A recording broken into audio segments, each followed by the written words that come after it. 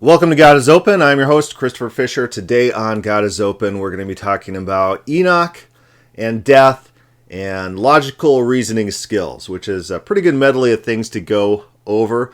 I have pulled up in the Bible a word search on the word Enoch, every single reference to Enoch. And Enoch is an individual who we don't have too much information on, but somehow he had a relationship with God and he was apparently taken alive to heaven, according to Hebrews. Let's read the relevant texts. Genesis 5:24, Enoch walked with God, and he was not, for God took him. Now, in itself, that's a very cryptic, small phrase, but we do have future commentators on what that might mean. Hebrews 11:5, by faith, Enoch was taken up so that he should not see death, and he was not found, because God has taken him. Now before he's taken, he was commended as having pleased God. That's the author of Hebrews. Author of Hebrews did not think Enoch died, which creates all sorts of problems for individuals who are philosophically based. In a previous podcast, the stream, we talked briefly about how people come to open theism and how some open theists criticize other open theists because their system of metaphysics requires things that are in dispute. And this is one of those areas where some open theists get a little bit touchy if you start saying that people did not die who were not perfect or who were not like Jesus, things like that, because it messes with their metaphysical systems. And so in standard Christian theology, most people believe that sin enables death in us. So before Adam and Eve sinned, they were immortal in the sense that there is no way they could die. And then somehow their sin flipped a metaphysical toggle in their body in which now they can die. And then all people must die because they have sinned, and they're not allowed to go to heaven or anything like that. There's no, like in Isaiah, I was talking to a Calvinist pastor once. I was at his church, and we were talking about if the instance in which Isaiah was taken up to God, if that was physical, literal, or if it was just a dream in his head or something like that. And I said, well, yeah, it's physical. He's there, he's walking around. And the Calvinist pastor said, no, he can't do that because his sins aren't atoned for. I was like, we read the passage. There's an atonement scene in the passage in which they take a burning coal and they put it to his lips to atone for his sins. So there is an atonement scene. So that's not a valid argument that you're given. But in the pastor's mind, and some open theists will take this position as well, that burning coal represented Christ's future sacrifice or something like that, because that's the only way to atone for sins. And if there was another mechanism for atoning for sins, that somehow would be bad. And so this whole scene has to be rewritten in light of their overall systematic metaphysics of what they believe about redemption and atonement. It's very interesting how people do that. And this also plays into that. Because if we have people in the Bible who do not die, remember there's claims within the New Testament that Paul says death spread to all men. Well, did it really? Did it spread to all men? How about Elijah? How about Enoch? Did those individuals die? And then people who say that death is tied to sin. There's a thread just recently in Soteriology 101, the discussion page, about if death and sin are linked and Jesus died, that kind of blows that metaphysical thing out of the water. And so people have to use strained metaphysics in order to make the Bible fit together and build vast exceptions that are arbitrary in order to get these things to work. Which is funny. The Bible is not a book of metaphysics. It's not laying out metaphysical rules, switches and toggles that turn it on and off if we do something. If we sin, now there's some metaphysical toggle that, we can never see God. Well, you could see God. You might not live through that experience. And if there's some sort of atonement, then yeah, you could probably see God. And these phrases that death spread to all men, those are probably more likely generalities rather than absolute rules. No man has seen God. Some people see God within the Bible. It happens, not uncommonly. But what these generalities probably mean is generally no one's seen God, or generally nobody dies. But there are marked exceptions. But in metaphysics, people who use metaphysics to define how they view the Bible, how they see the Bible playing out, they need these hard and fast rules. And so they'll take very strong exception to people not dying. And there's a thread in God is Open, the Facebook page, in which one individual was arguing pretty strenuously that Elijah in fact died when God took Elijah up. Instead, God is just transporting him somewhere else so he could die somewhere else on earth, because that would be a big insult to his metaphysics if Elijah were taken straight to heaven. People need an earthly death in order for these systems to work. But the Bible's not like that. The Bible doesn't have these concerns. Let's go look at one of these sites talking about Enoch, trying to do the same thing that our Elijah friend did on the God is Open page. That was several years ago. That was 3 years ago, a thread from June 12th. But I remember it still because it was pretty notable how people defend their metaphysics and how they use their mental gymnastics in order to salvage evidence and data that doesn't quite fit their narrative. So here's this page, and it's replete with bold text, capitalizations, exclamation points, question marks, highlighting, and underlining. So you know this is pretty rigorous and thorough if it has all those things. 14 proofs. So conceivably, one of these alone would prove it, right? Because there's 14 proofs that Enoch is dead, according to the law and testimony, Isaiah 8:20. Pulling up that verse to see how relevant that is, Isaiah 8:20, to the teaching and to the testimony, if they will not speak according to this word, is because they have no dawn. Oh, okay. Proof number 1. There are only 2 Adams written in the Bible, and Enoch ain't one of them. Oh, man. Oh, where do we start there? Did that convince everyone? There's only 2 Adams written of in the Bible, and Enoch ain't one of them. So the logic has to be something like, if Enoch didn't die, then he would be a 3rd Adam. Okay, where does the Bible define that these are metaphysical truths, that there's these atoms and the atoms have those certain properties, and Enoch, if he weren't to die, then he would also be in these categories, and the author, whoever writes about 2 atoms, Paul, if he would include Enoch as one of those atoms if Enoch didn't die. This is absolutely insane. There's also so many steps of logic that are not here, and none of this concludes in Enoch dies. So if Enoch was one of the 2 atoms, does that mean he wouldn't die? Because when Paul writes about the 2 different atoms, those 2 atoms did in fact both die. So it's not even clear to me that Paul is talking about atoms is about death or anything like that. This is absolutely insane. This is someone who has their metaphysics, and they're so invested in their metaphysics, they haven't stepped back to try to consider if their metaphysics are even at the face value reasonable. They have their assumptions, they have their system in their mind, and they think that they can make arguments based on a complex series of absurd leaps of logic, and then at the face value, it's a proof. A lot of people do this. This is not just this individual. Remember the sad Calvinist that we reviewed?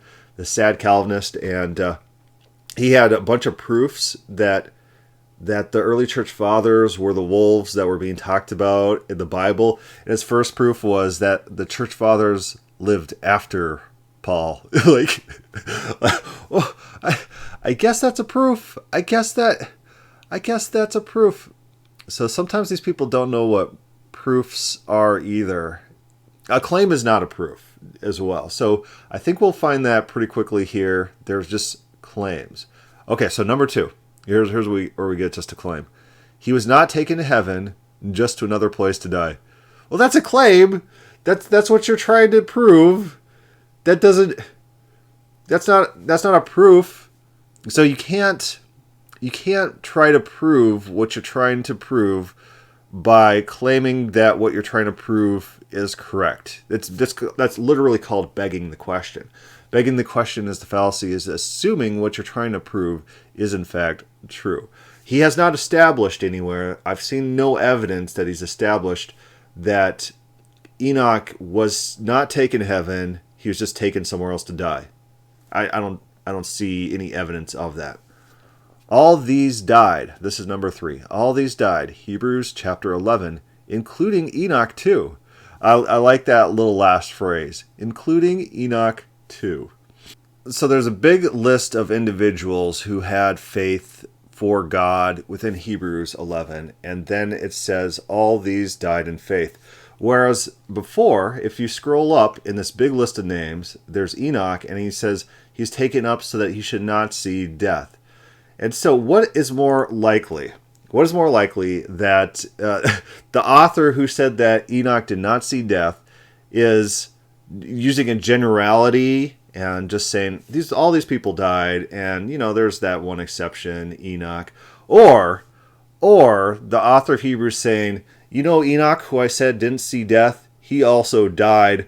This statement is absolute. Every single one of these people, without exception. I know it's a big list, and you go through it, and there's one fairly obvious exception if you look at what I actually wrote, but he died as well. Don't pay attention to what I wrote before. What is more probable? Here we have an example of people trying to make statements absolute metaphysics, absolutes.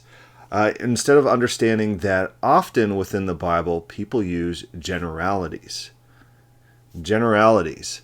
Death spread to men, so all men die. Jesus died. Well, I guess Jesus had original sin, or Jesus had sin, or death spread to Jesus through Adam. Stuff like that. There are exceptions to general rules within the Bible, and it's a normal idiom. So it's incumbent on him not just to make a claim that all these statements are absolute statements, but actually show that's what the author intended. And people don't like to do that because people really want their metaphysical systems. And if statements in the Bible don't work in these absolute ways, then their metaphysics don't have any evidence to support that these systems actually exist. Number 4, translated does not mean made immortal. Okay, we can work with this. By faith, Enoch was taken up so that he should not see death. What is he should not see death? And he was not found because God had taken him. Now before he was taken, he was commended as having pleased God. And that word for taken is translated. That's what this guy is taking issue with. So let's do a quick search on what that means. I think the more critical part of this verse is that he did not see death. We see it used throughout the New Testament as people being changed or people being taken somewhere. And so, to claim that translated does not mean made immortal is, again, just a claim. He hasn't established that. Translated we see as switching a state of being or being moved from one place to other. So being moved from maybe earth to heaven could be a good understanding of what that word is being used for. And how is that different than being made immortal? It's not very good evidence. Number 5, the transfiguration. Moses and Elijah are displayed, but not Enoch. Why? And it does say that. It says was displayed. Moses and Elijah was displayed, but not Enoch. Why? Is that an argument? It's like, David wasn't displayed. Is Moses, did he not die as well? So Elijah was taken up to heaven, but Moses died. There's an entire verse about Moses dying. What is this? Ugh. So I guess the logic is, if Enoch had not died, then he would be displayed, and his absence would be so conspicuous that someone who thinks Enoch didn't die would have to have positive reasons why Enoch is not included with two other people. Remember, the earth is filled with millions of people. 6 billion people on earth right now, and then maybe another billions of people who have ever lived and died. And because Enoch's not included with an appearance of two individuals, that is cause for concern that people who think Enoch didn't die have to explain. Like, what? This is the logic. This is the logic that we're dealing with. Number 6, it is written, he walked with God. Therefore, he's not walking with God now. Oh, okay. So talking about historical events that happen in the Bible means they're not doing it now? Huh? Is that how this works? So if Abraham's in Abraham's bosom and he's walking, he can't be walking if the Bible said that he walked with God. Or if Abraham, it says that Abraham spoke face to face with God as a friend, that means he can't be doing it right now, right? That's what it means. This is an incredible stretch of logic. And it only exists because this person is very intent on their metaphysics being true. If it was true that Enoch had not died, this person's metaphysics would have to be discarded entirely. And so they have to go through these steps of logic in order to salvage their views. 8 souls saved from the other side of the flood, not 9 souls. Oh, okay. So if there's a future author that counts the number of people on Noah's boat and says these are how many souls were saved, they would have naturally included Enoch. If they thought Enoch was taken alive to heaven, they would have included him in the number of people saved from the flood. Is that how this works? That is how it works in this guy's mind, that future authors can't literally just count the people who are saved on Noah's boat and use that number. They would also be forced to, and necessarily, obvious on face value, they should be including Enoch in that number. Although Enoch really did survive the flood, he's not there on earth. He didn't repopulate the earth. He's not there walking around. He's taken to heaven. And so this is the logic. Number 9, Jesus, who only has immortality, a true statement. But Jesus died. Okay. So I do like the fact that these people have not given basic thoughts to their claims. So Jesus died, but the Bible says that Jesus is immortal, which suggests to me that this person not only doesn't understand the life and times of Jesus, but doesn't understand how the Bible uses the word immortality. Sometimes immortality is given to conditionally alive creatures. Sometimes it says it's only belongs to God. Sometimes it ascribes it to all sorts of things. So you have to look at context to try to see how that word's being used. It's not a one use type of concept. People like to do that with the Bible, where they want the Bible words to be used the same way, no matter where those words are in the Bible. And so it's a contradiction in their mind if there are immortal beings and there's a phrase elsewhere in the Bible that says only God has immortality. They'll be like, what are those atheists? The Skeptics Annotated Bible, where they build like Bible contradictions, and they'll put something over here. Oh, the Bible says only God has immortality. And then over here it says, oh, it says we'll be given immortality, or we are immortal, or the angels are immortal. See, contradiction. Well, probably the phrase and term is being used in variations based on context. So I might be able to say only God is king, and then like tomorrow I'll be talking about like the King of England or something like that. That doesn't mean that I've contradicted myself, because it's granted that I understand the difference in my usage such that I'm not contradicting myself. I'm using it in a specific sense when I say only God is king, and then I'm using it in a more technical sense when I'm talking about the King of England, or I'm not using the same sense of the word when I'm talking about the King of England. These things can happen. This is normal speech patterns that we do have. It's only when we come to the Bible, and atheists come to the Bible, and Christians come to the Bible, that people can't talk like normal people. People can't have normal concepts, and you have to force every single phrase in the Bible to be some sort of metaphysical absolute where the concepts are exactly equal to any time else in the Bible the concepts used. That's not how language works. Not how language works. God can be the only king of this world, yet there can be kings on this world. Those two things do not contradict. Do not contradict. Because they're not talking about the same concept. Same concepts not being communicated.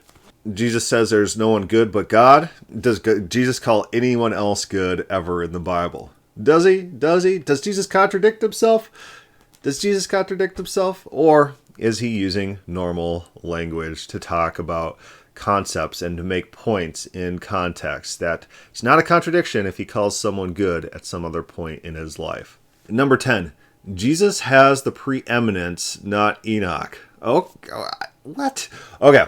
So apparently there's a concept called preeminence, and Jesus would not have that if Enoch did not die, and Enoch would have that preeminence instead. All right, fantastic. I'm sure those are real concepts and not just made up in your head with very specific made-up definitions. Number 11, if Enoch lived in this body of sin and death, then we know Enoch is dead. Okay. Basically, this is saying that our bodies have a forced metaphysical death within them. And we can't escape this death in this body. And so Enoch must have the same body at all times, always. If he didn't die, and not even God can stop this body from being tied to sin and death. Something along those lines is this argument. Notice the metaphysics. Notice this reliance on not even God being able to change things.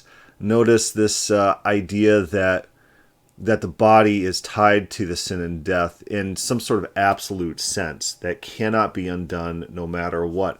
These are the same type of people who don't want Isaiah going to heaven and meeting God face to face and getting atonement through a coal, because that contradicts how they think that the spiritual world interacts with the physical world. Our bodies are sin and death, and they're going to die. Necessarily, metaphysically, they're fated to do so. There's nothing that can stop that. In order to escape death, we must get those new bodies that Paul talks about. We must have spiritual bodies, not these physical ones. This is this weird Gnostic dualism where the flesh is evil, the flesh is decay, the flesh is going to die.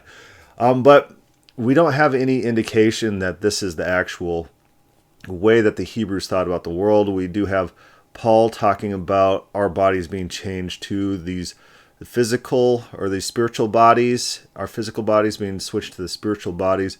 And in that sense, maybe he's talking about something like that. But I don't think that we can make the claim that even Paul thought that God is not able to change our current bodies so that they do not die. Number 12, Jesus is the only begotten Son of God, which means Enoch is dead. Okay, Jesus is the only begotten Son of God, which means Enoch is dead. So I guess if Jesus wasn't the only begotten Son of God, that means Enoch didn't have to die, but since Jesus is the only begotten Son of God, anything but Jesus has to die, but also Jesus dies. That's pretty critical. I don't know if this guy's ever read the Bible and saw there is a part in the Bible where Jesus does die.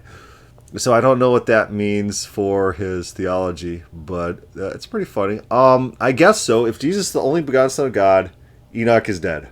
Okay, I guess that's an argument. Number 13. The Old Testament passage, what man is he that liveth and have not seen death?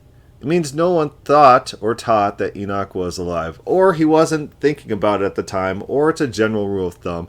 It's like who responds to God, who answers back to God. There's examples of people in the Bible answering back to God. These questions, these rhetorical questions, are not absolute.